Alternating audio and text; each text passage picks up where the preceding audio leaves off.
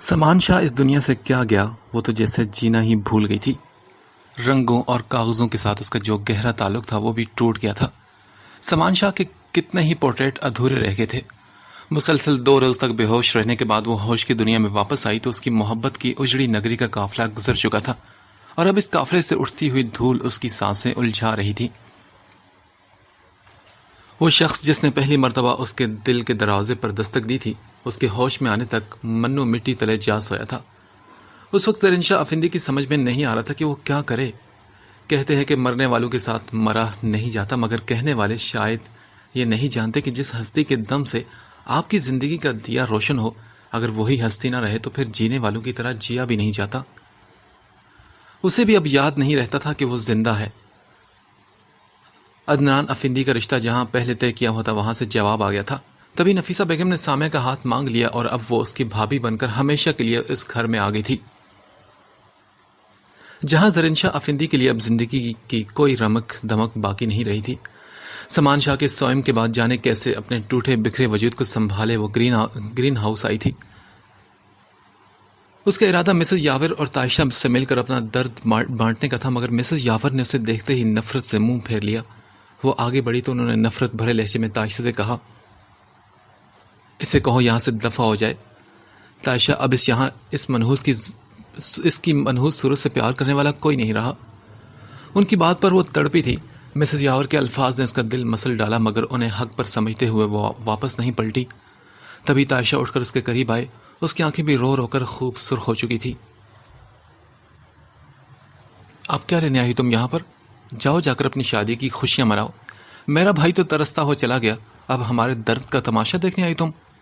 جاؤ زرین شاہ افندی، اب یہاں تمہیں جاننے والا، تمہیں چاہنے والا کوئی نہیں رہا۔ حقارت سے پر اس کا لہجہ مسز یاور سے کسی طور کم نہیں تھا۔ موت کی تکلیف بھلا اس لمحے کی اذیت سے کیا کم ہونی تھی؟ وہ لوگ شاید وہاں سے جانے کی تیاری کر رہے تھے، تبھی ان کی پیکنگ جاری تھی۔ زرین شاہ کے لیے وہاں مزید کھڑے رہنا ممکن نہیں رہا تھا۔ تبھی اپنے بے جان وجود کو گھسیٹتی وہ چپ چاپ واپس چلی آئی۔ اپنے کمرے میں آ کر مسلسل نیند کی گولیاں لے کر سو کر دن رات پورے کرنے سے وہ اکتا گئی تھی۔ کتنی ہی راتیں اس نے صبح فجر تک کھڑکی میں کھڑے ہو کر گرین ہاؤس کے اس کے ویران پڑے ٹیرس کو تکتے ہوئے گزاری تھی۔ محبت کے انہونے انجام نے اس کی ہستی کھیلتی زندہ دل لڑکی کو بے موت مار ڈالا تھا۔ 3 دن وہ بنا کچھ کھائے پیے بھی بے ہوش پڑی رہتی تھی۔ کپڑے تو اس وقت تک تبدیل نہ کرتی جب تک اسے خود سے اور اپنے وجود سے گھن نہ آنے لگتی۔ صرف چند دنوں میں ہی وہ اتنی بدل گئی تھی کہ خود اس کے گھر والوں کے لیے بھی اسے پہچاننا ممکن نہیں رہا تھا۔ سمان شاہ کی موت کے ٹھیک 2.5 ماہ بعد شانزل یزدانی اس کی رخصتی کروا کر اسے اپنے گاؤں یوں لایا تھا جیسے لوگ کسی کی میت کو سجا سنوار کر لاتے ہیں۔ اس کی زندگی کا حصہ بننے والی وہ لڑکی اس لڑکی سے بالکل ڈیفرنٹ تھی جسے پہلی نظر میں ہی اس کے دل کو چھونے کا اعزاز حاصل ہو گیا تھا۔ اپنی شادی کی پہلی رات میں اس نے زرین شاہ افندی کو سفید لباس پہنے تمام رات جائے نماز پر بیٹھ کر خدا کی عبادت کرتے اور اس کے سامنے روتے گڑگڑاتے نہ جانے کون سی دعائیں مانگتے دیکھا تھا۔ وہ اس کے جذبات کو سمجھتا تھا، اسے اس کے درد کا بھی بھرپور احساس تھا، لیکن حقیقی معنوں میں اس پر ترس کھاتے ہوئے اس نے اپنے جذبات اور احساسات کا گلا گھونٹ دیا تھا۔ نفیسہ بیگم خود نہ کہتی تو شاید وہ اب بھی اس کی رخصتی کے لیے کوئی کام نہ کرتا۔ اس نے خود سے وعدہ کیا تھا کہ وہ ہر ممکن طریقے سے اسے خوش رکھنے کی کوشش کرے گا، مگر زرین شاہ افندی نے اسے اس کے وعدے کی پاسداری میں بھی ناکام ٹھہرا دیا تھا۔ اس کی شادی کا دوسرا دن تھا جب جانے دل میں کون سی خواہشیں لیے وہ اپنے بیڈ روم میں داخل ہوا۔ اس کا ارادہ زرین شاہ افندی سے سمان شاہ کے بارے میں تفصیلی بات کر کے اسے اپنی بے لوث محبت اور تعاون کا یقین دلانا تھا، مگر کمرے میں داخل ہوتے ہی اسے ایک جھٹکا لگا تھا۔ مکمل سفید لباس پہنے کمرے کے بالکل بیچ میں بیٹھی وہ کینڈل روشن کیے اس پر اپنی ہتھیلی کو جلائے جا رہی تھی۔ خمار آلود خوبصورت نگاہوں سے جیسے لہو ٹپک رہا تھا۔ وہ فوراً بھاگ کر اس کی طرف بڑھا۔ یہ کیا بچپنا ہے؟ ایسے فضول ڈرامے کر کے تم کیا ثابت کرنا چاہتی ہو؟ شانزل یزدانی اپنی عادت کے مطابق پل بھر میں گرم لوہے کی طرح غصے میں آ گیا تھا۔ اس کے جواب میں وہ خاموش نہیں رہی، بلکہ قطعی ناگواری کے ساتھ اپنا ہاتھ اس کی گرفت سے نکالتے ہوئے اس نے کہا، جس ہاتھ کی لکیروں میں سمان شاہ کا نام نہیں، اس ہاتھ کا جل جانا ہی بہتر ہے۔ Shut up! تم بھول رہی ہو کہ اب تمہارا نام میرے نام سے جڑا ہے اور میں تمہیں آئندہ ایسی کوئی بھی حرکت کرنے کی اجازت ہرگز نہیں دوں گا۔ ہاں، تم کیا سمجھتے ہو؟ نے کہا کہ 2 بول بڑھوا کر تم نے میری ذات کو فتح کر لیا؟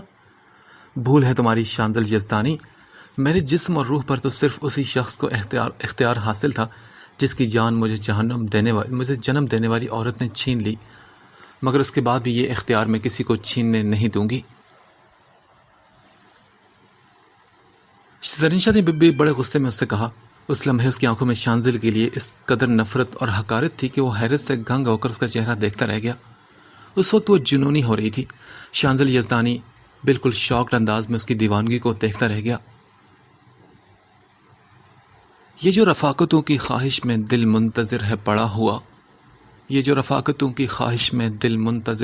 ہوا، اسے کیا خبر کہ جدائیوں کے عذاب کتنے شدید ہیں۔ اس روز اگر ماں جی درمیان میں نہ آتی تو شاید وہ زرین شاہ افندی کو جان سے مار ڈالتا۔ دھان پان سے وجود کی حامل اس لڑکی نے کتنی بے دردی سے اس کے جذبات کو پامال کیا تھا، کس قدر توہین کی تھی اس کی محبت کی۔ وہ اگر اسے اپنا نام نہ بھی دیتا تب بھی نفیسہ بیگم کسی طور اس کی شادی سمان شاہ کے ساتھ کرنے کو تیار نہیں تھی۔ وہ جانتی ہی نہیں تھی کہ اس معاملے میں وہ قطعی بے قصور تھا۔ زرین شاہ افندی کو ماں جی اپنے کمرے میں لے گی جبکہ وہ اب شدید ذہنی ٹینشن کے ساتھ اپنے سیل فون پر کسی کا نمبر ٹرائی کر رہا تھا۔ ہاں سمن یار، ابھی مجھ سے ملو، مجھے اس وقت تمہاری بہت ضرورت ہے۔ وہ راستہ جو چند ماہ قبل وہ خود چھوڑ چکا تھا، اس رات زرین شاہ افندی نے اسے پھر سے اسی راستے پر واپس دھکیل دیا تھا۔ ایک ہی کمرے میں رہ کر وہ اپنے جذبات کا گلا گھونٹ دینا اس کے لیے ممکن نہیں تھا، لہٰذا اب زیادہ تر وہ گھر سے باہر ڈیرے میں ہی سونے لگا۔ زرین شاہ کے گریز اور قسم نے اس کے مردانہ انا کو بڑی بے دردی کے ساتھ جھنجھوڑا تھا، لہٰذا اس نے بھی قسم کھا لی تھی کہ اب جب تک وہ خود اس کی قربت کے لیے پیش قدمی کر کے اس کی منت نہیں کرے گی تب تک وہ اس کے وجود کو نظر انداز کیے رہے گا، خواہ اس ضد کے دوران ساری عمر ہی کیوں نہ تنہا بیت جائے۔ یہ فیصلہ بہت مشکل اور تکلیف دہ تھا، مگر اپنی انا کا پرچم بلند رکھنے کے لیے اسے خود کو مضبوط رکھنا تھا۔ اس کے برعکس زرین شاہ افندی تو بہت پرسکون تھی۔ اس کا معمول یہاں آ کر بھی بدلا نہیں تھا۔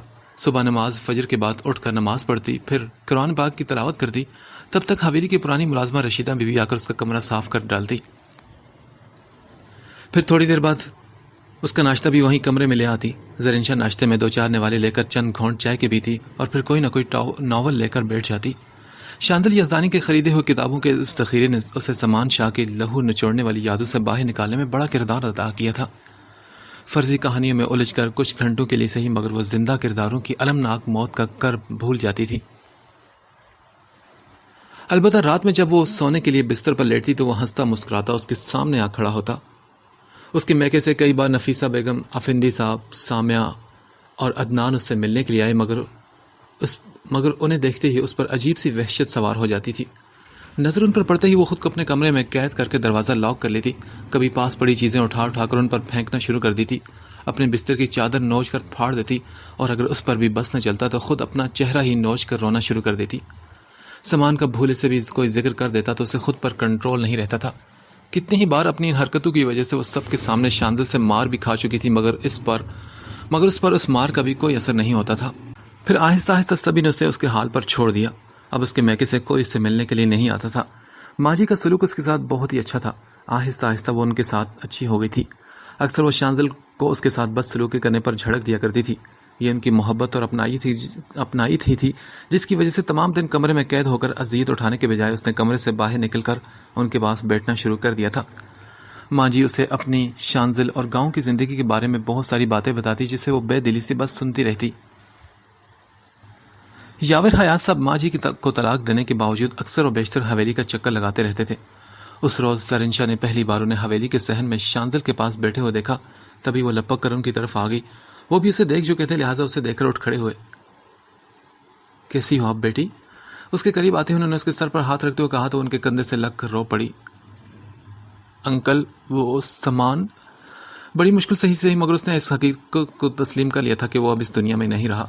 یاور صاحب کی نگاہیں خود اس لمحے آنسو سے بھر آئی تھی۔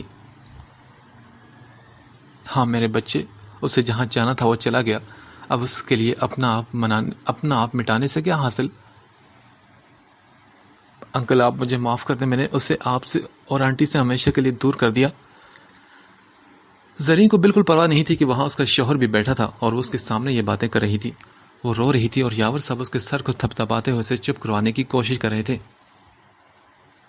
بس صبر کرو بیٹی، کوئی کسی کی جان نہیں لیتا، یہ سب تقدیر کے کھیل ہیں. وہ اب بھی اسے تسلی دے رہے تھے. زرین شاہ کے لیے اس لمحے خود کو سنبھالنا بہت مشکل ہو رہا تھا. چند لمحے خاموش رہنے کے بعد اس نے اپنا سر ان کے کندھے سے اٹھاتے ہوئے پوچھا، آنٹی اور تائشہ کیسی ہیں انکل؟ بس کیا بتاؤں بیٹے، تائشہ ٹھیک ہے، ہنسنا مسکرانا تو بھول چکی ہے، اور تمہاری آنٹی کی طبیعت البتہ ٹھیک نہیں. ان کا بی پی مسلسل شوٹ رہنے لگا ہے اور جگر کی بھی بیماری لگ چکی ہے. نہ کسی سے بات کرتی ہیں نہ ملتی ہیں، بس سامان کی تصویریں دیکھ دیکھ کر روتی رہتی ہیں. اسے بتاتے ہوئے وہ واپس چارپائی پر بیٹھ کے زرین شاہ کا دل اس وقت سینے کے اندر دھاڑے مار مار کر رو رہا تھا. پھر اگلے کئی دنوں تک اس کی طبیعت بھی خراب رہی.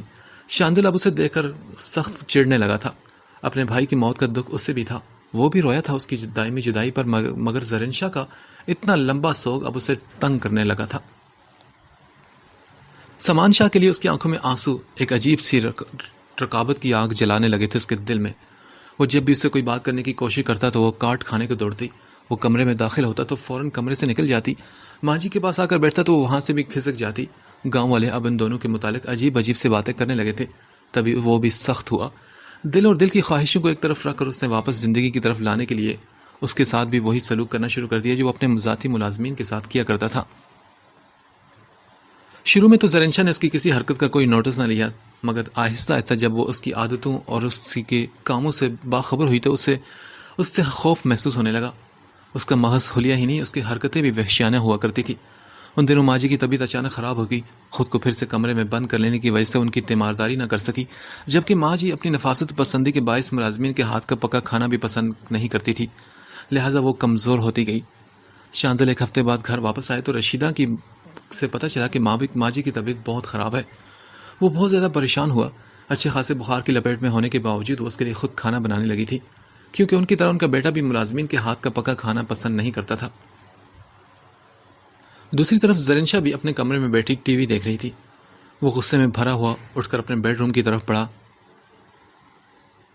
اٹھو، تمہیں یہاں میں مہارانی بنا کر بٹھانے کے لیے نہیں لایا تھا. میں انتہائی غصے میں اپنے بیڈ روم کا دروازہ کھول کر سختی سے اس کا بازو دبوچتے وہ بولا تو زرین شاہ قدرے حیرانی سے اس کی طرف دیکھتی رہ گئی. آج سے پہلے اس نے اسے یوں چھونے کی ضرورت محسوس نہیں کی تھی. بہت آرام کر لیا تم نے، بہت سوگ بھی منا لیا اپنی ناکام محبت کا، مگر اب اور نہیں. میری برداشت ختم ہو چکی ہے. اب میں تمہیں بتاؤں گا کہ ایک مشرقی بیوی کے حقوق کیا ہوتے ہیں. انتہائی غصے سے اس کا بازو پکڑ کر اسے اپنے ساتھ گھسیٹتے ہوئے وہ جیسے انگارے چبا رہا تھا. زرین شاہ تو خوف کے مارے اس کی طرف دیکھ بھی نہیں پائی تھی. ابھی جاؤ، دودھ گرم کرو اور ماں جی کے کمرے میں لے کر آؤ، ورنہ میں بھول جاؤں گا کہ تم میری کیا لگتی ہو. نوابوں کی طرح کڑک دار لہجے میں اسے حکم دے کر وہ خود ماں جی کے کمرے کی طرف بڑھ گیا، جبکہ زرین شاہ اس کے بے وجہ غصے پر حیران ہوتی کچن میں چلی آئی. اگلے 10 منٹ میں دودھ گرم کر کے ماں جی کے کمرے میں آئی تو ان کا حال دیکھ کر اسے اپنی غفلت پر بہت افسوس ہوا. شانزل ان کے پاس ہی بیڈ پر بیٹھا کمبل درست کر رہا تھا. سنو، میں میڈیسن لے کر آتا ہوں، تب تک تم نے یہیں بیٹھ کر ماں جی کا سر دبانا ہے. اسے دودھ کے ساتھ کمرے میں آتا دیکھ کر وہ پھر سے غصے میں بولا. زرین شاہ اس لمحے ایک لفظ بھی بول نہ سکی. وہ دوا لینے چلا گیا تو وہ پیچھے وہ ماں جی کے پاس بیٹھ کر آہستہ آہستہ ان کا سر دبانے لگی. زرین پتر، ایک بات کہوں، مانو گی؟ جی ماں جی بولے، میں مانوں گی. وہ ابھی تک ان سے فری نہیں ہو پائی تھی. دیکھ پتر، تو ایک عورت ہے، کمزور اور بے بس مخلوق. میں جانتی ہوں کہ تیرا غم بڑا ہے، مگر ہماری سوسائٹی میں عورت کے دکھ پر کوئی حشر نہیں اٹھاتا. اسے اپنی قسمت کے لکھے پر سمجھوتا کرنا پڑتا ہے، ورنہ اس سوسائٹی کے لوگ اس کی ذات کو پاؤں تلے رون کر آگے بڑھ جاتے ہیں.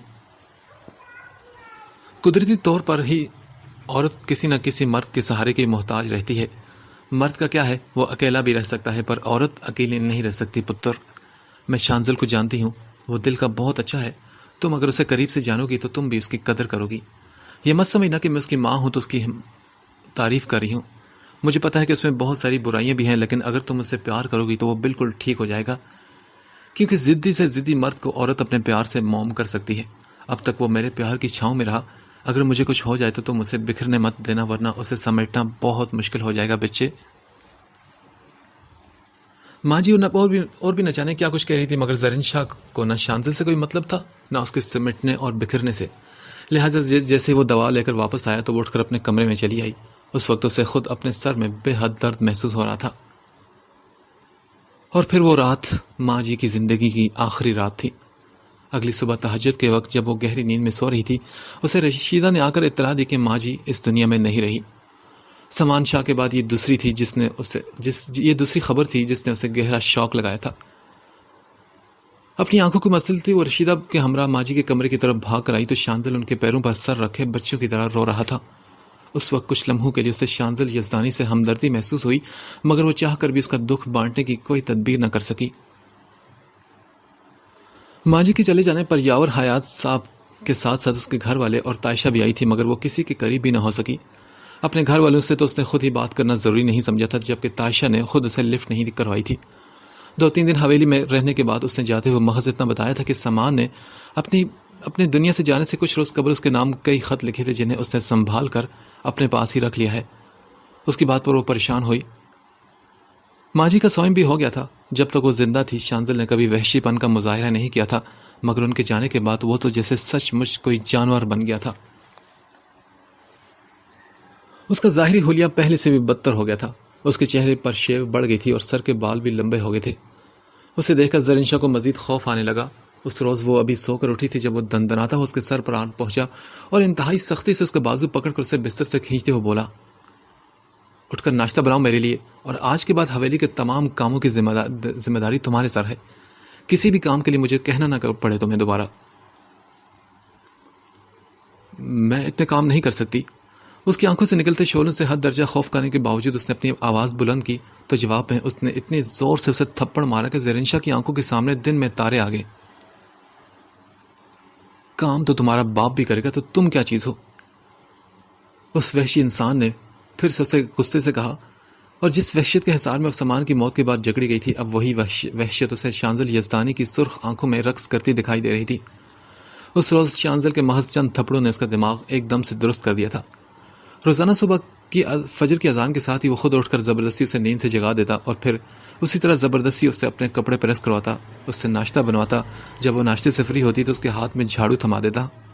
پہل تو زری نے اس پر بھی احتجاج کیا، جواباً اس نے پھر سے وحشت کا مظاہرہ کرتے اسے کام کے لیے بے رضامند کر لیا تھا۔ باقی ملازمین کے ساتھ ساتھ رشیدہ بھی چپ چاپ یہ تماشا دیکھتی رہی۔ شانزل یزدانی کے سامنے بولنے کی ہمت تو کسی میں نہیں تھی۔ اپنے گھر میں شادی سے پہلے اس نے کبھی اپنا کپ دھو کر نہیں رکھا تھا، مگر اب وہ روزانہ ناشتہ بھی بناتی تھی، شانزل کے کپڑے بھی دھوتی اور پوری حویلی کی صفائی بھی کرتی، پھر دن اور رات کا کھانا بھی بناتی، حویلی میں آئے گئے مہمانوں کی خاطرداری بھی کرتی۔ روزانہ بستر پر آتے جاتے اسے آدھی رات ہو جاتی تھی۔ شانزل یزدانی اسے صرف تکلیف دینے کے لیے جان بوجھ کر رات میں دیر سے گھر آتا اور لیٹ کھانا کھاتا۔ تب تک وہ شدید نیند کے باوجود جاگ کر اس کے لیے تازہ روٹی اور سالن گرم کرنے کی پابند ہوتی تھی۔ 2-3 بار اسے تھکن سے بخار ہو گیا، مگر شانزل نے اس کی کوئی پرواہ نہ کی۔ الٹا وہ مویشیوں کا احاطہ صاف کرنے اور انہیں چارہ ڈالنے کا بھی اسے نیا حکم سنا رہا تھا۔ مسلسل ذہنی اور جسمانی ٹارچر کی وجہ سے اس میں بے حد درجہ کمزوری آ گئی تھی۔ سامان شاہ کی محبت کے گھاؤ پر وقت کے گزرتے لمحوں کی گرد پڑتی جا رہی تھی۔ دن بھر کڑی محنت مشقت کے بعد وہ اتنی تھک جاتی کہ رات کو بستر پر پڑتے ہی نیند کی باہوں میں کھو جاتی۔ شانزل یزدانی نے اس سے سامان شاہ کے لیے رونے کا حق بھی چھین لیا تھا۔ اس کے پاس اب ایسا کوئی رشتہ باقی نہیں رہا تھا کہ جس کے دم پر وہ اس کے خلاف کوئی قدم اٹھاتی یا اس کے مظالم پر احتجاج کرتی۔ حویلی کے ملازمین اپنی مالکن کے ساتھ ہونے والی بدسلوکی پر چپ چاپ ایک دوسرے سے باتیں کیا کرتے تھے۔ وہ اکثر ان کی یہ باتیں سن لیتی مگر خاموش رہتی۔ حقیقی معنوں میں اسے اب اس بات سے کوئی دلچسپی نہیں رہتی کہ اس کے ساتھ کیا ہو رہا ہے اور کیوں ہو رہا ہے۔ ایک طرح سے اسے خود اذیت سہ کر سکون ملنے لگا تھا۔ پتھر تو وہ پہلے ہو گئی تھی، اب شانزل کے سلوک نے اسے بے حس بھی بنا دیا تھا۔ دن بھر کسی بیل کی طرح کام کر کے وہ تھکن محسوس نہیں کرتی تھی۔ شانزل نے اسے صرف احاطہ صاف کرنے اور مویشیوں کے لیے چارہ کاٹنے کا حکم دیا تھا، مگر اس نے مویشیوں کا دودھ دھونا بھی سیکھ لیا تھا۔ شانزل اسے پہلی بار دودھ دھوتے دیکھ کر ٹھٹکا۔ اپنے سیدھے سادے حلیے کے باوجود اکثر اسے وہ اس حد تک بے قرار کر جاتی کہ اسے خود کو سنبھالنے کے لیے دوسری عورتوں کی باہوں کا سہارا لینا پڑتا تھا۔ بہت سے دن یوں ہی بے حسی کی نظر ہو گئے تھے۔ شانزل کو اب اپنے کسی بھی کام کے لیے اس پر ہاتھ اٹھانے کی ضرورت محسوس نہیں ہوتی تھی۔ عام لفظوں میں اس نے صبر کرنا سیکھ لیا تھا، اور شاید یہ اس کے صبر کا ہی نتیجہ تھا کہ شانزل کے وحشی پن میں کمی آ گئی تھی۔ پھر اس روز وہ گھر پر نہیں تھا۔ زرینشا کو تھکن کے باوجود نیند نہیں آ رہی تھی۔ اپنے بستر پر کروٹیں بدل کر وہ تھک گئی تو اٹھ کر حویلی کے صحن میں آ بیٹھی۔ پچھلے کچھ دنوں سے شانزل کا رویہ اس کے ساتھ بہت اچھا ہو گیا تھا۔ اس نے صفائی کا کام پھر سے رشیدہ کے حوالے کر دیا تھا. پھول پودوں کی دیکھ بھال دوبارہ چوکیدار کے ذمہ لگی تھی، جبکہ مویشیوں کے لیے بھی اس نے پھر سے کچھ لوگوں کی خدمات لے لی تھی. اس وقت بھی وہ شانزل کے بارے میں ماں جی کی کہی باتوں کو سوچ رہی تھی. تاروں بھری رات آہستہ آہستہ سے چلتی ہی گزر رہی تھی. ٹھنڈی ہوا نے اس کے اعصاب کو گہرا سکون مہیا کیا تھا. وہ ابھی وہیں بیٹھی شانزل کے بارے میں سوچ رہی تھی جب اچانک اس کی جیپ کے ٹائر گیٹ کے اس پار چرچرائے اور اگلے کچھ ہی لمحوں میں وہ ایک سیدھی سادی سی دیہاتی لڑکی کا بازو پکڑے اسے اپنے ساتھ زبردستی گھسیٹتا ہوا اس کے قریب سے گزر کر اپنے علیحدہ کمرے کی طرف بڑھ گیا. وہ لڑکی بہت شور مچا رہی تھی. زریں ابھی حیران نگاہوں سے یہ سب کچھ دیکھ رہی تھی کہ کچھ ہی لمحوں کے بعد ایک ادھیڑ عمر خاتون روتی ہوئی حویلی کے کھلے دروازے سے اندر چلی آئی. چودرانی صاحبہ، خدا کا واسطہ ہے آپ کو میری بچی کو چودھری کے ظلم سے بچا لیں. اسی ہفتے نکاح ہے اس کا. میں تو کسی کو منہ دکھانے کے قابل نہیں رہوں گی. وہ عورت دیہاتی ضرور تھی مگر اپنے لب و لہجے سے پڑھی لکھی معلوم ہو رہی تھی. تبھی زری نے پوچھا، مسئلہ کیا ہے؟ یہ سب ہو کیا رہا ہے؟ مسئلہ یہ ہے چودرانی صاحبہ کہ میرا خاوند معذور ہے. ٹھیکے پر زمین لے کر وہ اس پر کام کرتا ہے. 6 مہینے پہلے اس نے چودھری صاحب سے قرضہ لیا. فصل میں نقصان ہو گیا تو وہ قرضہ ادا نہ کر سکا. اس بار پھر اچھی فصل نہ ہوئی. 4 بیٹیاں ہیں میری. میں نے ہی کہا کہ اپنے خاوند سے کہ پہلے بیٹی کا فرض ادا کر دیتے ہیں، چودھری کا قرضہ بعد میں دے دیں گے. مگر چودھری صاحب نے مہلت دینے کے بجائے میرے خاوند سے جھگڑا کر لیا اور میری بیٹی کو زبردستی اٹھا لائے. آپ انہیں سمجھاؤ نا چودرانی جی، اللہ آپ کا بھلا کرے گا. وہ عورت گھبرانے کے ساتھ ساتھ رو بھی رہی تھی. تب نہ جانے کیسے ہمت کر کے وہ شانزل کے کمرے کی طرف بڑھی. دروازہ لاک نہیں تھا. شاید نہیں بلکہ یقیناً اسے اس بات کا یقین تھا کہ کوئی اس کے کام میں مداخلت نہیں کر سکتا. اندر کمرے میں اس پر حیوانیت طاری تھی اور پہلی بار زری نے اسے غصے سے پکارا، شانزل. جواب میں اس نے لڑکی سے توجہ ہٹاتے ہوئے خاصی ناگواری اور حیرانی سے اس کی طرف دیکھا.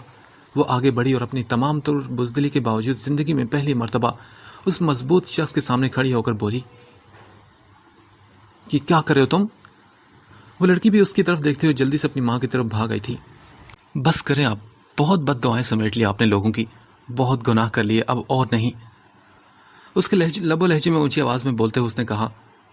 تو شانزل کا سارا غصہ حیران ہو گیا. اسے زرین شاہ کی اس درجہ جرت پر حیرانی ہو رہی تھی. وہ عورت بھی زرین شاہ کو دعائیں دیتی اپنی بیٹی کے ساتھ وہاں سے چلی گئی تو وہ اس سے الجھ پڑا. یہ کیا بدتمیزی تھی زرین شاہ؟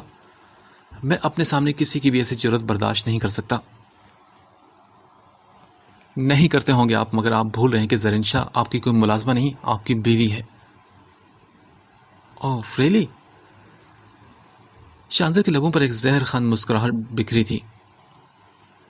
بہت ہو گیا شانزل یزدانی، بہت ظلم کر لیا آپ نے. اب انسان بن جائیں نہیں تو پچھتائیں گے آپ. اس کے الفاظ پر وہ ہنسا اور بولا، اچھا کیا کر لو گی تم؟ میں بہت کچھ کر سکتی ہوں.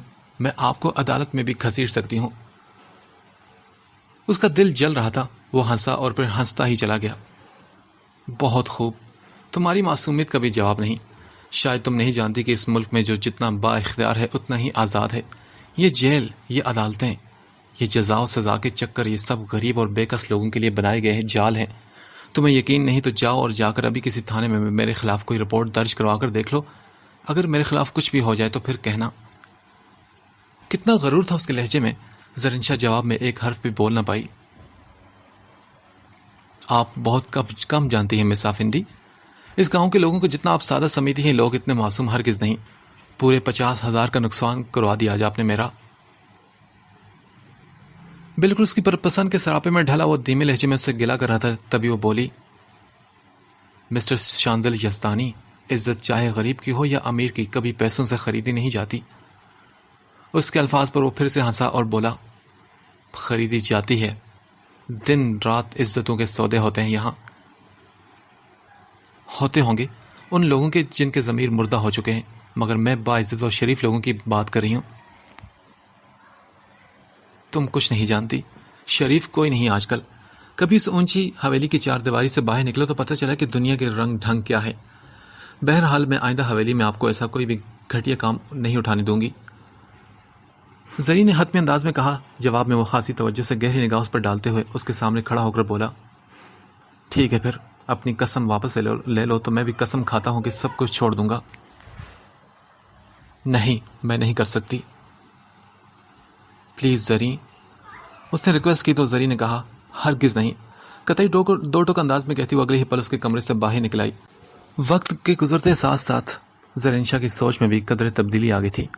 حویلی کی اونچی دیواروں میں ہر وقت قید رہ کر اب وہ تنگ آ چکی تھی۔ تبھی اس نے گاؤں کے 2-4 صاف ستھرے گھروں میں آنا جانا شروع کر دیا تھا۔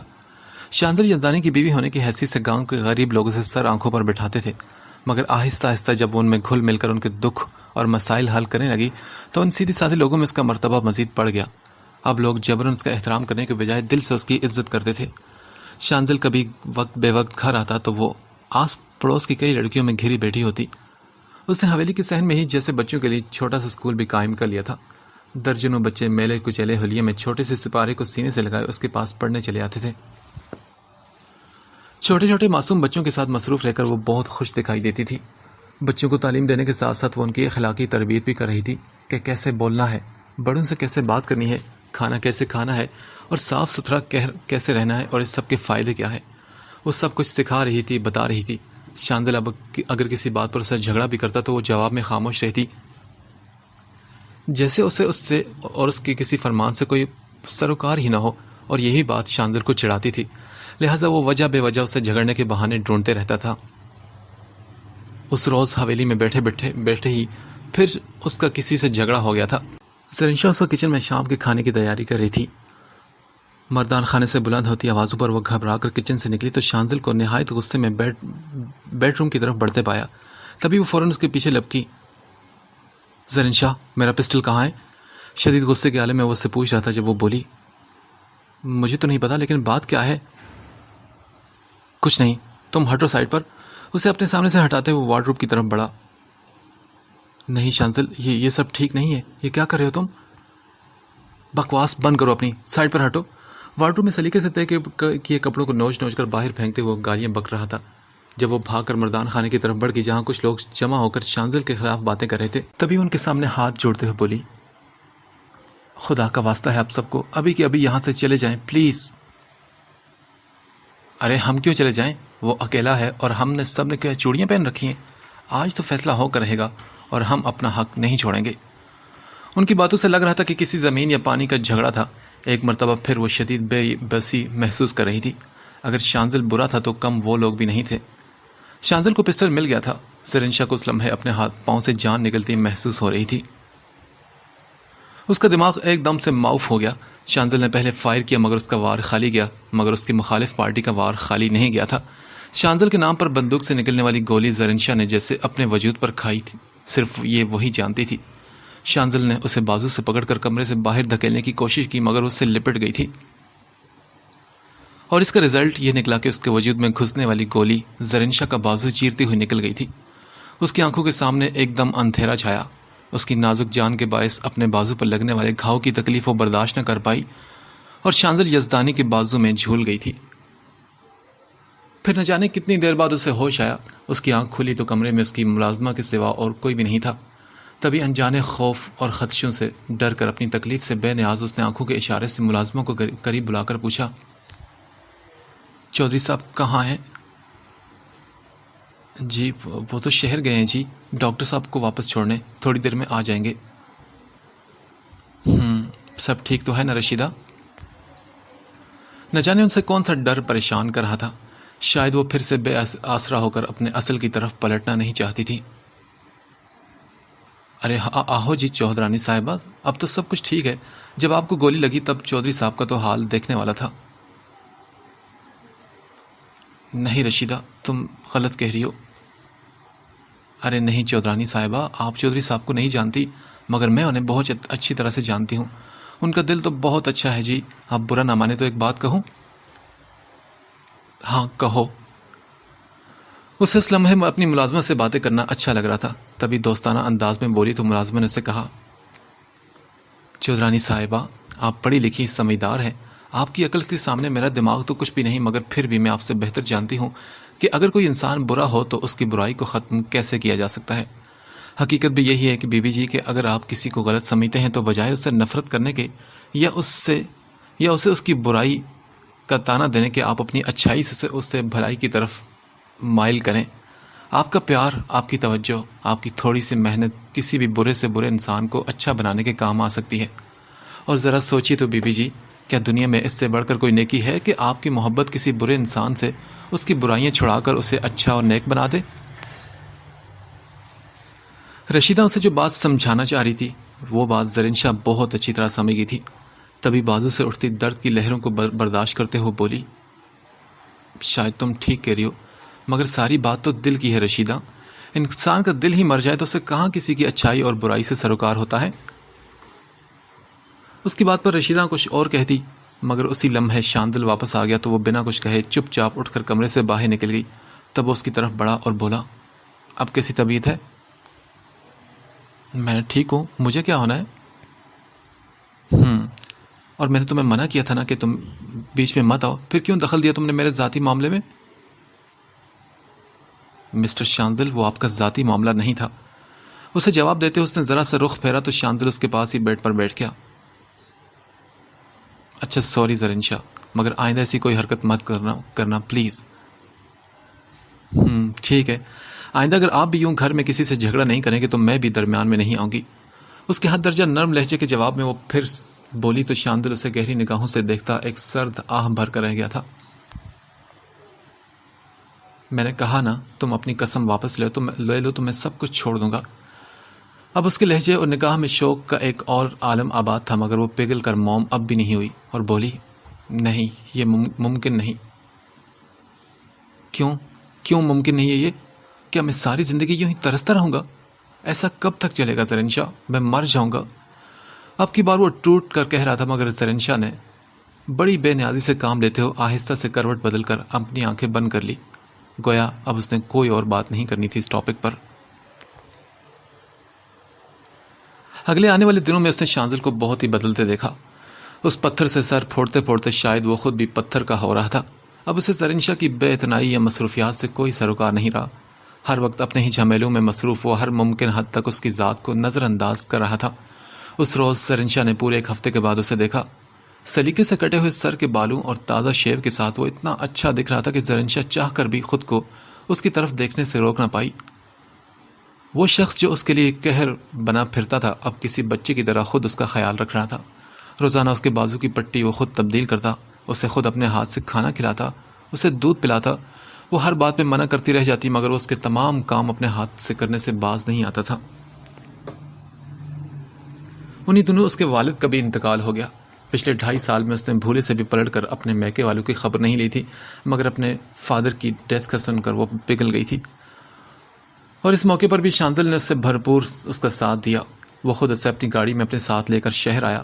وہ حیران تھی کہ اس کی خود ساختہ نفرت اور گریز کے باوجود وہ اس کے ساتھ اتنا اچھا سلوک کیوں کر رہا تھا۔ اس وقت اس کی جگہ کوئی اور لڑکی ہوتی تو وہ بھی اس سے اتنی محبت کیے بغیر رہ نہ سکتی تھی۔ دل کے زخموں پر رفتہ رفتہ کھرن آنا شروع ہو چکا تھا۔ نفیسہ بیگم کے سینے سے لگ کر ڈھیر سا روتے ہی اس کے دل سے وہ سارا غبار نکل گیا جو پچھلے 2.5 سال سے اس کے دل میں جمع بیٹھا تھا۔ شاندل کی محبت کی وجہ سے ہی اس کے میکے میں اس کا سر بلند ہوا تھا۔ گو اب بھی کسی نہ کسی بات پر وہ غصے سے تپ جاتا تھا، مگر اب اسے اپنے غصے پر کنٹرول پانا بھی آ چکا تھا۔ زرین شاہ کا دل جیتنے کے لیے لوگوں سے اس کے جھگڑوں میں بھی کمی آ گئی تھی۔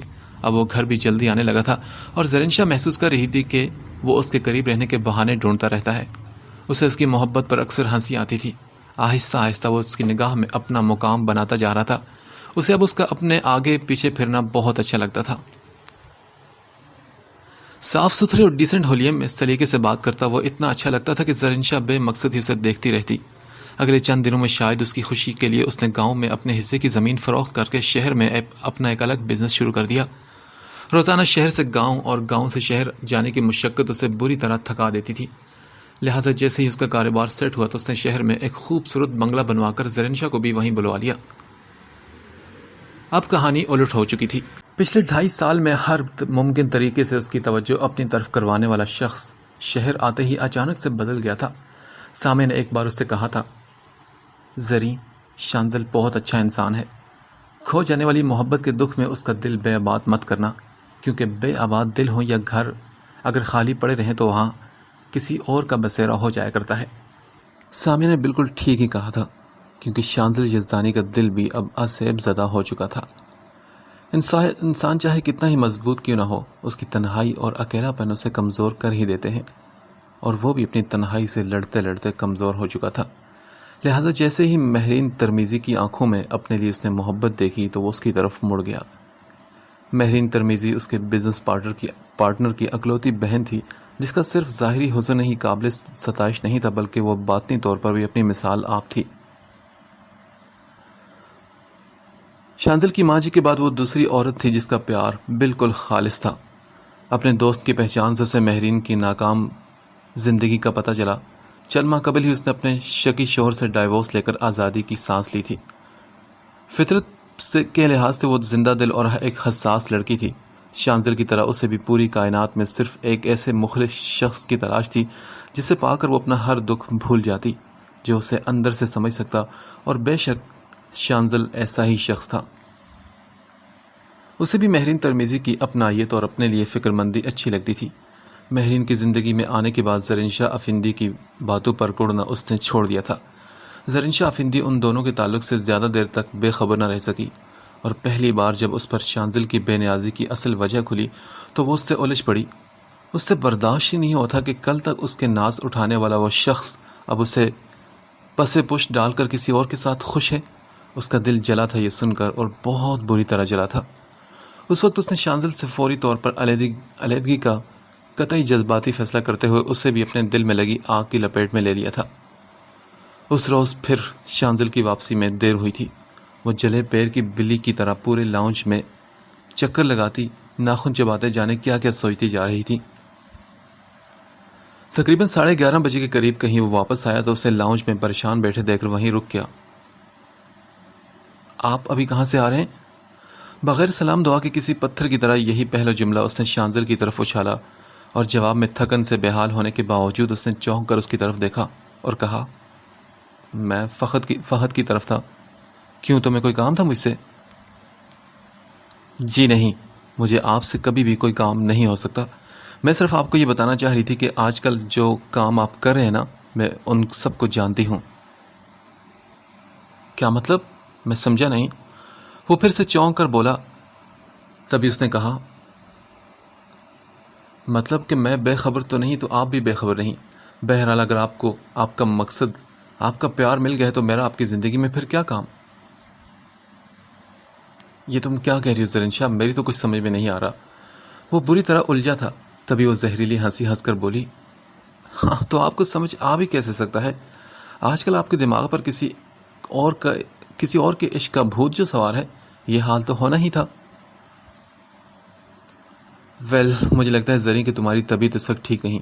صوفے کی پشت سے ٹیک لگاتے ہوئے شانزل نے خود کو ریلیکس کرتے ہوئے اسے جواب دیا، اور جواب میں زرین شاہ اس کی یوں لاپرواہی پر مزید کڑتے ہوئے بولی، میری طبیعت بالکل ٹھیک ہے، اور میں پورے ہوش و حواس میں آپ سے کہہ رہی ہوں کہ آپ اپنے دوست کی بہن مہرین ترمیزی سے شادی کر لیں اور مجھے ڈائیورس دے دیں۔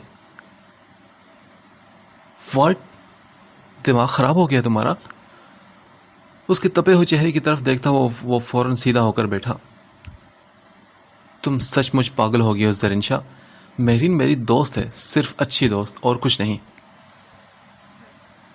ہاں تو اچھی دوست کو بیوی بننے میں کون سی دیر لگتی ہے؟ ہاں؟ زرین شاہ کے اندر کی جلن چہرے پر صاف ظاہر ہو رہی تھی۔ شانزل نے اس لمحے اس سے الجھنا بالکل مناسب نہ سمجھا۔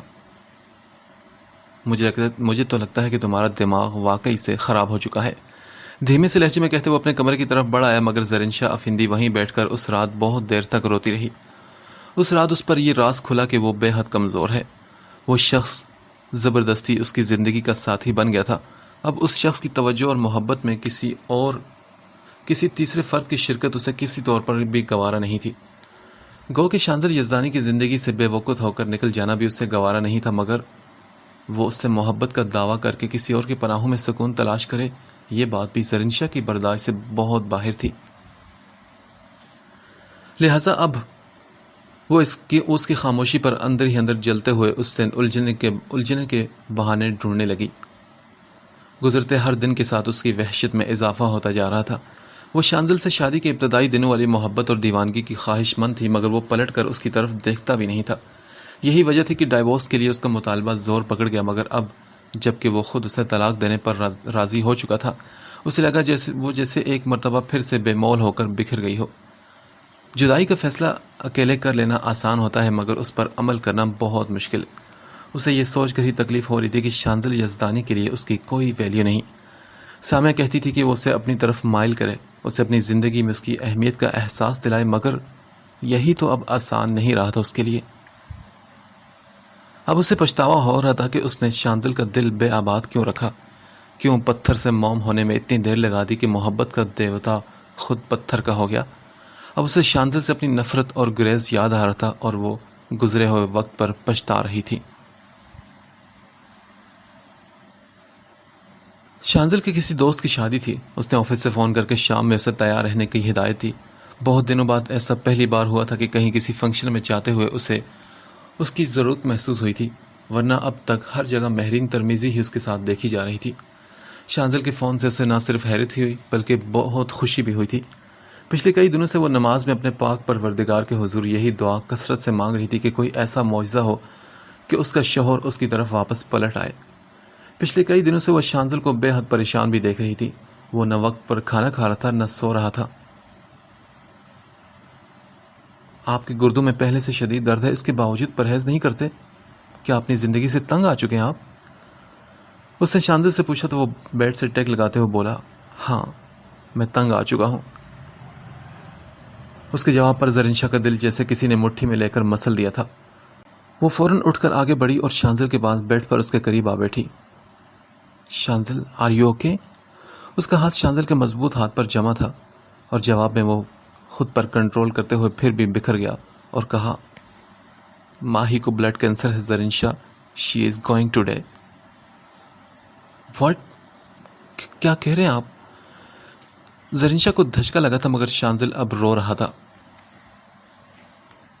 ہاں میں صحیح کہہ رہا ہوں زرنشا، میری قسمت میں محبت ہے ہی نہیں۔ میں جس ستون کا سہارا لے کر کھڑا ہونے کی کوشش کرتا ہوں وہی ستون گر جاتا ہے۔ اس کی آواز میں بہت درد تھا۔ زرنشا افندی کو بے ساختہ 3 سال پہلے کا وہ وقت یاد آیا جب وہ بھی سمان شاہ کے لیے اسی درد سے گزر رہی تھی۔ اس نے ایک مرتبہ پھر زرنشا افندی کو روتے ہوئے دیکھا تھا۔ شانزل میں ہوں نا آپ کے ساتھ، آپ کی دوست، آپ کی ہم سفر۔ صرف ایک لمحہ لگا تھا اسے فیصلہ کرنے میں اور اس نے اس لمحے کو ضائع کیے بغیر شانزل کا چہرہ اپنے ہاتھوں کے پیالوں میں لے کر اسے اپنے ساتھ لگا لیا۔ کوئی اور وقت ہوتا تو شاید وہ اس کی اس درجہ نوازش پر جی بھر کر حیران ہوتا، مگر اس وقت وہ دکھی تھا، لہٰذا کسی معصوم سے بچے کی طرح ذرا سا آسرا پاتے ہی اس کے سینے سے لگ کر رو پڑا۔ پھر نہ جانے کتنے ہی پل یوں ہی بیت گئے۔ وہ روتا رہا اور زرنشا اس کا درد سمجھتے ہوئے خود بھی کافی اداس ہوئی تھی۔ اس کے گھنے بالوں میں انگلیاں پھیرتی اسے چپ کروانے کی وہ کوشش کرتی رہی۔ اسی روز سے اس نے شانزل کا بے حد خیال رکھنا شروع کر دیا۔ وہ اب شانزل کے کمرے میں بیڈ پر اس کے ساتھ ہی سونے لگی، مگر وہ اس کا بے حد شکر گزار ہونے کے باوجود اب تک کسی کا قسم کا بھرم رکھ رہا تھا۔ زرنشا افندی کی پیش قدمی کے باوجود وہ اسے چھونے کی ضرورت بھی محسوس نہیں کر رہا تھا۔ آنکھوں میں چھلکی تشنگی کے باوجود اس نے ہونٹوں پر چپ کا تالا لگا لیا تھا۔ 2-3 دن قبل شانزل کے ہمراہ شاپنگ کے دوران اس نے مہرین کو مارکیٹ میں دیکھا۔ کروڑ پتی ہونے کے باوجود اس کا سراپا نہایت ہی سمپل تھا۔ اس سے پہلی ملاقات میں ہی اس سے امپریس ہو کر رہ گئی تھی۔ دل میں اس کے لیے جو میل کچیل تھا وہ اسی ایک ملاقات میں دھل کر صاف ہو چکا تھا۔ شانزل کے ساتھ ساتھ اب وہ بھی اتنی اچھی لڑکی کی اتنی چھوٹی سی عمر میں موت پر دکھ محسوس کر رہی تھی۔ اس روز ان تینوں نے مل کر لنچ ایک ساتھ کیا۔ اسی روز مہرین ترمیزی کی زبانی سے شانزل یزدانی کی زندگی میں اپنی اہمیت اور مقام کا پتہ چلا۔ شانزل کا فون دوبارہ آیا تھا۔ وہ اس سے اس کی تیاری کے متعلق پوچھ رہا تھا اور زرنشا نے اسے صرف 20 منٹ لیے تھے۔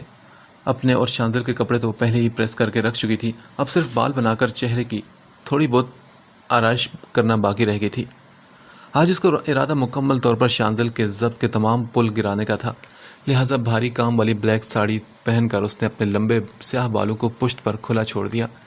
شانزل کو بلیک رنگ بہت پسند تھا۔ شادی کے بعد پہلی بار وہ اس کے لیے دل سے سج سنور رہی تھی۔ تقریباً 30-35 منٹ کے بعد وہ آفس کے تمام کام نمٹا کر گھر میں داخل ہوا تو زرنشا اپنی تیاری کو آخری ٹچ دے رہی تھی۔ وہ لاؤنج کراس کرتا اپنے بیڈ روم میں داخل ہوا تو زرنشا پر نگاہ پڑتے ہی وہیں رک گیا۔ بلیک ساڑی پہنے نفاست سے کیے گئے میک اپ کے ساتھ وہ اتنی پیاری لگ رہی تھی کہ اس کا دل بے ساختہ اسے دیکھ کر مچل اٹھا۔ ارے آپ آ گئے، دیکھیے میں بالکل ریڈی ہوں۔ خالص اس کی پسند کے سراپے میں ڈھلی اس کے قتل کا بھرپور انتظام کیے وہ اس کے سامنے امتحان بن کر آ کھڑی ہوئی تھی۔ شانزل یزدانی کو اس وقت اپنے صبر کا پیمانہ لبریز ہوتا محسوس ہونے لگا۔ اس کا شدت سے دل چاہ رہا تھا کہ وہ دوست کی شادی کو بھول جائے، اس پارٹی کو مس کر کے گھر ہی رک جائے۔ زرینشا اس کی آنکھوں کے بدلتے رنگ دیکھ رہی تھی، تبھی مسرور کن انداز میں مسکراتے ہوئے بولی، میں نے آپ کے کپڑے بھی پریس کر کے رکھ دیے ہیں، آپ جلدی سے شاور لے کر تیار ہو جائیں، تب تک میں آپ کے لیے چائے بنا لیتی ہوں۔ ہاں ٹھیک ہے، میں فریش ہوتا ہوں۔ خود ہی اپنی برداشت کا امتحان لیتے ہوئے اس نے زرینشا کے دلکش سراپے سے نگاہ چرا لی تھی۔ شادی کی پارٹی میں بھی وہ جان بوجھ کر شانزل کے ساتھ رہی۔ پہلی بار اسے اس کے ساتھ قدم سے قدم ملا کر چلنا بہت اچھا لگ رہا تھا۔ آج مہرین ترمیزی بھی وہیں تھی، مرجھائے گلاب کی طرح اداس چہرے پر مصنوعی مسکراہٹ سجائے وہ ان دونوں کے ساتھ ہی بیٹھی تھی۔ شانزل کسی کام سے اٹھ کر اپنے دوست حسن کی طرف گیا تو مہرین نے اپنی توجہ اس کی طرف کی اور کہا، زریں مجھے تم سے کچھ کہنا ہے۔ ہاں ماہی بولو، میں سن رہی ہوں۔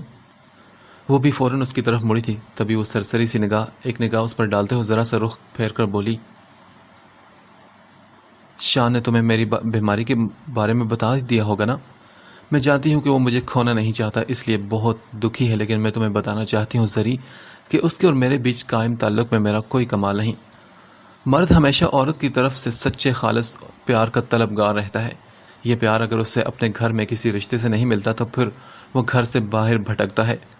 اس میں قصور مرد کا نہیں بلکہ گھر کی عورت کا ہی ہوتا ہے۔ ہمارے ہاں جذباتیت بہت بڑا ہی المیہ ہے، اپنی ناک اونچی رکھنے میں ہم دل کو اجاڑنے کی بھی پرواہ نہیں کرتے۔ اور تمہارا مرد بھی ایک عام سا مرد ہے زریں، کوئی ہیرو نہیں۔ اگر تم یوں ہی اس کے ضبط کا امتحان لیتی رہی تو میرے بعد وہ کسی اور کے کندھوں پر سکون تلاش کر لے گا۔ میں نہیں چاہتی کہ ایسا کچھ ہو، جو حق تمہارا ہے وہ کسی اور کو کیوں ملے؟ وہ تم سے پیار کرتا ہے زریں، تم سے پیار چاہتا بھی ہے، اسے بھٹکنے سے بچا لو پلیز۔ خود کو ریلیکس رکھنے کے لیے اگر وہ کوئی غلط قدم اٹھا بیٹھا تو کیا تم خود کو معاف کر پاؤ گی؟ صرف ایک لمحے کے لیے رک کر اس نے زرینشا کے جھکے سر کو دیکھا اور پھر اس کے ہاتھوں پر اپنا ہاتھ رکھتے ہوئے بولی، میں آج رات کی فلائٹ سے 1 مہینے کے لیے ناروے جا رہی ہوں۔ اگر زندگی واپس لے آئی تو میں شانزل کو تمہارے ساتھ دل سے خوش دیکھنا چاہتی ہوں۔ بولو زریں، کیا تم اپنی دوست کی یہ آخری خواہش پوری کرو گی؟ کتنی حسرت سے وہ پوچھ رہی تھی اور زرینشا کا صرف سر اس کی طرف دیکھتے ہوئے خود بہت ہاں میں ہل گیا تھا۔ ہاں میں کروں گی۔ Thank you so much Zareen, thank you very much, تم واقعی بہت اچھی ہو۔ اس کی پلکیں ہلکے سے نم ہوئی تھی اور عین اسی وقت شانزل واپس آ کر ان کے قریب آ کر بیٹھا۔ ماہی کسے اچھا کہہ رہی تم؟ یہ لڑکی انسان نہیں پتھر ہے اور پتھروں سے کبھی کوئی فیض نہیں پاتا۔ وہ اس کا جملہ سن چکا تھا اور زرینشا اپنے بارے میں اس کے یوں کھلم کھلا کمنٹس پر شرمندگی سے سر جھکا گئی تھی، مگر اسے اس کا گلہ کرنا بھی اچھا لگا تھا۔ اگلے 2-4 گھنٹوں میں اس پارٹی سے فری ہو کر شانزل اسے گھر سے باہر گیٹ کے قریب ڈراپ کر کے پھر واپس چلا گیا۔ زرینشا جانتی تھی کہ وہ مہرین ترمیزی کے پاس گیا تھا، اسے خود رخصت کے بہت سے لمحے اس کے ساتھ بسر کرنے، لہٰذا وہ چپ چاپ گیٹ کھول کر اپنے بیڈ روم میں چلی آئی۔ عورت کو زندگی کے ہر موڑ پر سمجھوتا کرنا پڑتا ہے۔ اس نے بھی اپنے حالات اور تقدیر سے سمجھوتا کرتے ہوئے اپنی انا کا سر کچل دیا تھا۔ پچھلے دنوں اس نے ضبط کے کڑے مراحل سے گزرتے ہوئے سامان شاہ کے ادھورے تمام پورٹریٹ پھاڑ دیے تھے۔ اس کی موت کے بعد ایسا دل ویران ہوا کہ وہ چاہ کر بھی اس کی کوئی پکچر مکمل نہیں کر پائی تھی۔ شانزل اس رات بہت دیر سے گھر واپس لوٹا تھا، تب تک زرینشا آگ کے پاس بیٹھی شعلوں کو دہکنے کا منظر بہت غور سے دیکھتی جا رہی تھی۔ دونوں بازو گھٹنوں کے گرد لپیٹے وہ لباس تبدیل کیے بغیر اس کا ویٹ کر رہی تھی۔ شانزل تھکے قدموں کے ساتھ لاؤنج میں داخل ہونے کے بعد وہیں قریب صوفے پر ریلیکس ہو کر بیٹھ گیا۔ تبھی اس نے گھٹنوں سے سر اٹھا کر اس کی طرف دیکھتے ہوئے پوچھا، شانزل چائے لاؤں آپ کے لیے؟ نہیں، میں نے نہیں پینی چائے۔ اس کے جواب دینے پر اٹھ کر اس کے قریب آئی اور بولی، آپ کے سر میں درد ہو رہا ہے تو میں سر دبا دوں؟ نہیں زریں، تم سو جاؤ جا کر۔ یہ کہنے کے ساتھ ہی اٹھ کر اپنی خوابگاہ کی طرف بڑھ گیا تو زرینشا افندی بھی اس کے پیچھے ہی چلی آئی۔ نہ جانے کیوں اس لمحے وہ اسے بے حد بکھرا ہوا دکھائی دے رہا تھا۔ یہی وہ وقت تھا جب اس نے اسے اپنی ذات میں سمیٹ لینے کی ضرورت شدت سے محسوس کی۔ اندر کمرے میں اپنے بیڈ کے قریب صوفے کی پشت سے ٹیک لگا کر آنکھیں بند کیے بیٹھا وہ اسے اپنے دل کے بے حد قریب محسوس ہوا، لہٰذا وہ آہستہ سے چلتی نیچے قالین پر اس کے قدموں میں ٹک گئی۔ شانزل، آہستہ سے ہاتھ اس کے گھٹنوں پر رکھتے اس نے اسے پھر پکارا اور جواب میں شانزل نے آنکھیں کھول دی۔ اس کی آنکھیں سرخ ہو رہی تھی، زرینشا کا دل جیسے کسی نے مٹھی میں لے کر مسل دیا ہو۔ ہاں بولو۔ وہ میں نے آپ کو کچھ دکھانا تھا، کیا آپ دیکھیں گے؟ وہ اس کی اس درجہ لگاوٹ کو خود سے اس کی ہمدردی تصور کر رہا تھا، تبھی آہستہ سے ہاں میں سر ہلایا تو وہ اٹھ کر بیڈ کی دوسری طرف سے ایک پورٹریٹ اٹھا لائی۔ آج ان کی شادی کی 4تھی سالگرہ تھی، اسی وجہ سے اس نے ایک خوبصورت منظر پینٹ کیا تھا جس میں وہ ٹیبل پر چھوٹا سا کیک رکھے شانزل کے سینے سے لگی مسکرا رہی تھی، اور شانزل اس کے گرد بازو لگائے اوپر نیلے آسمان پر اڑتے ہوئے پرندوں کو دیکھ کر خوش ہو رہا تھا، اور آس پاس ان بہت سے خوشنما پھول بھی دکھائی دے رہے تھے۔ بتائیے پھر کیسی لگی میری پینٹنگ؟ وہ لڑکی جس کی آنکھوں میں اس نے اپنے لیے حد درجہ نفرت اور حقارت دیکھی تھی، اس وقت اسی لڑکی کی آنکھوں میں اس کی محبت کے دیے جل رہے تھے۔ وہ حیران ہوا تھا، بلکہ بہت زیادہ حیران ہوا تھا۔ کیا ہوا؟ کیا آپ کو یہ پکچر اچھی نہیں لگی؟ اس کے چہرے پر آتے رنگ کا گہری نظر سے مشاہدہ کرتے ہوئے زرین نے پوچھا تو وہ کہہ اٹھا، نہیں۔ لیکن کیوں؟ وہ بے وجہ حیران ہو کر بولی تھی، جبکہ اس وقت وہ بے حد ڈسٹرب دکھائی دے رہا تھا۔ اب جب کہ دل کی ساری خواہشیں منہ لپیٹ کر سو گئی تھی تو وہ پتھر دل لڑکی اپنے موم ہونے کا ثبوت اس کے سامنے دے رہی تھی۔ اس لیے زرین کی اس تصویر میں منافقت ہے، اور میں رشتوں میں منافقت پسند نہیں کرتا زرین۔ یہ کہتے ساتھ ہی وہ بیڈ پر جا کر لیٹ گیا تو زرینشا بھی حیران سے اس کے پیچھے ہی چلی آئی۔ کیا کہا آپ نے؟ منافقت؟ کیسی منافقت؟ اسے اپنے جذبوں کی بے قدری پر دکھ ہوا۔ شانزل نے اس سے نگاہیں چراتے ہوئے پھر سے سگریٹ لگا لی تھی۔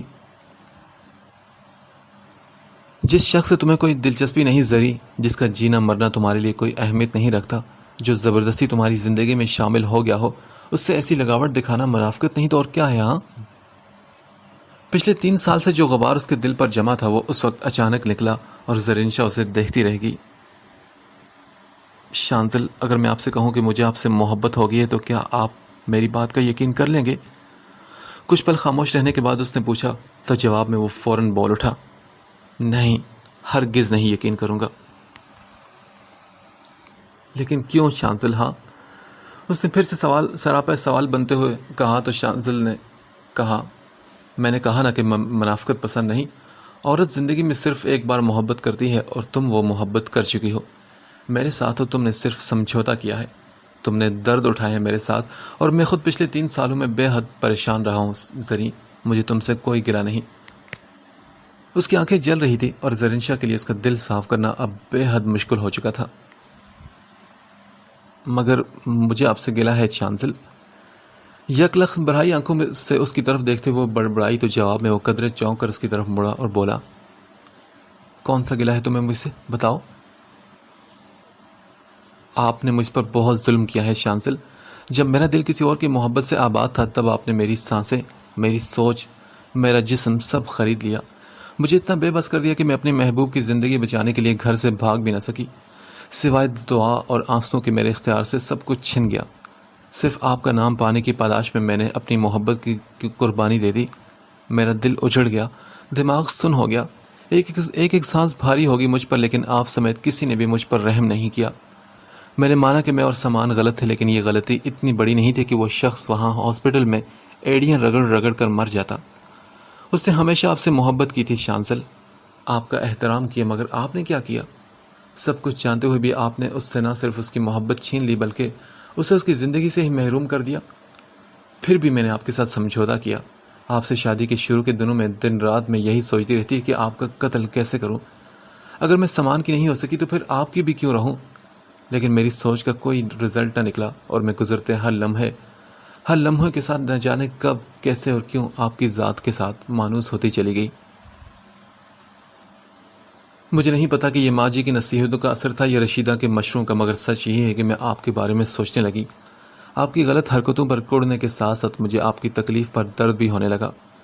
آپ اسے محبت نہ مانے تب بھی آپ کی اپنے لیے دیوانگی مجھے خوشی دینے لگی، اور پھر بعد میں جب آپ مجھ سے دور ہوئے تو مجھے لگا جیسے کسی نے میرے دل کے ٹکڑے ٹکڑے کر دیے ہو۔ سامان شاہ کے بعد اگر کسی کی جدائی کا تصور مجھے بے قرار کر رہا تھا تو وہ آپ ہی تھے۔ آپ یقین کریں یا نہ کریں مگر میری زندگی کا سچ یہی ہے کہ میں اب آپ کے بغیر کہیں بھی خوش نہیں رہ سکتی۔ اس کی آنکھیں آنسو سے بھری تھی جبکہ چہرہ رونے کی وجہ سے خوب سرخ ہو چکا تھا۔ شانزل یزدانی اس کے اس درجہ غیر متوقع اظہار محبت پر حیران رہ گیا۔ تبھی زرین شاہ نے اپنی آنکھیں پوچھ کر کہا، میں یہ بھی جانتی ہوں کہ آپ مہرین سے بہت محبت کرتے ہیں۔ مرد ہو یا عورت، جہاں اسے خالص محبت ملے گی وہ وہیں جھکے گا، مگر میں آپ کو اس کے دکھ میں مرنے نہیں دوں گی شانزل۔ آج کتنی بدلی بدلی سی باتیں کر رہی تھی وہ۔ شانزل تو بس اس کی طرف دیکھتا رہا۔ اب سو جائیں، میں کپڑے چینج کر کے آتی ہوں۔ نہایت محبت سے اس کے ماتھے پر ہاتھ رکھتے وہ آہستہ سے اٹھی تو شانزل نے اس کی ساڑی کا پلو تھام لیا۔ کیا بس اور کچھ نہیں کہنا تمہیں؟ شانزل نے پوچھا تو زرین شاہ نے پلٹ کر اس لمحے شانزل یزدانی کی آنکھوں میں محبت کا وہی رنگ چھلکتا دکھائی دیا جو اس نے 3 سال پہلے دیکھا تھا۔ تبھی وہ پھر اس کے سامنے بیٹھ گئی۔ I'm sorry شانزل، میں پہلے نہیں جانتی تھی مگر اب بہت اچھی طرح سے جان گئی ہوں کہ محبت کبھی نہ رکنے والا سلسلہ ہے۔ جانے والوں کے دکھ میں اگر ہم اپنے پاس موجود ہستیوں کو، اپنے پاس موجود لوگوں کو اپنی محبت سے محروم کریں گے تو ان کا بھی دم گھٹ جائے گا۔ محبت وہ واحد جادوئی فارمولہ ہے جس سے آپ کسی بھی پتھر کو موم کر کے اپنی پسند میں ڈھال سکتے ہیں۔ اب آپ کو مجھ سے کوئی شکایت نہیں ہوگی شانزل، قسم سے۔ خالص مشرقی بیوی کے سراپے میں ڈھلی وہ اس سے کہہ رہی تھی، اور جواب میں شانزل نے مکمل پرسکون ہوتے ہوئے اسے اپنی مضبوط پناہوں میں سمیٹ لیا۔ صرف ایک لمحے میں زرین شاہ کو لگا تھا کہ وہ تپتے صحرا سے اچانک کسی سایہ دار درخت کی ٹھنڈی چھاؤں کے حصار میں آ چکی ہو۔ پتہ ہے زرین، تم نے مجھے بہت دکھ دیے ہیں، بہت توڑ پھوڑ کی ہے تم نے میرے اندر۔ اسی کی خواہش اور اجازت سے اسے خود میں سموئے وہ بہت دکھ سے کہہ رہا تھا۔ تبھی وہ دھیمے سے لہجے میں بولی، معاف کر دینا مجھے، اب پرومس تو کیا ہے کہ آئندہ آپ کو تنگ نہیں کروں گی، لیکن آج آپ کو بھی مجھ سے ایک وعدہ کرنا ہوگا۔ کیسا وعدہ؟ محبت کو اپنے حصار میں لے کر وہ خود بھی لمحوں میں ہی ہلکا پھلکا ہو گیا تھا۔ تبھی زرین شاہ نے اس کی شرٹ کے بٹنوں کو چھیڑتے ہوئے کہا، آج کے بعد آپ گاؤں کی کسی لڑکی کو بری نگاہوں سے نہیں دیکھیں گے۔ اس کا انداز ایسا تھا کہ شانزل ہنسے بغیر رہ نہ سکا۔ اچھا ٹھیک ہے، مگر جو لڑکی 3 سال بعد میرے قابو میں آئی ہے اس سے پرہیز کرنا تو میرے لیے ناممکن ہے۔ اور پھر تو آج ہماری سالگرہ بھی ہے اور اس خوبصورت تصویر پر تمہیں انعام بھی تو دینا ہے۔ قطعی شوخ انداز میں کہتے وہ ہنسا تو زرین شاہ بھی جھینپنے کے باوجود مسکرا دی۔ بے شک محبت اور صبر بھی رائگاں نہیں جاتے۔ باہر چاندنی رات کے پچھلے پہر کی آمد شروع ہو چکی تھی اور دور نیلے آسمان پر ٹمٹماتے ستارے بھی اس وقت ان کے ملن پر شاید یہی بات ایک دوسرے کو سمجھا رہے تھے۔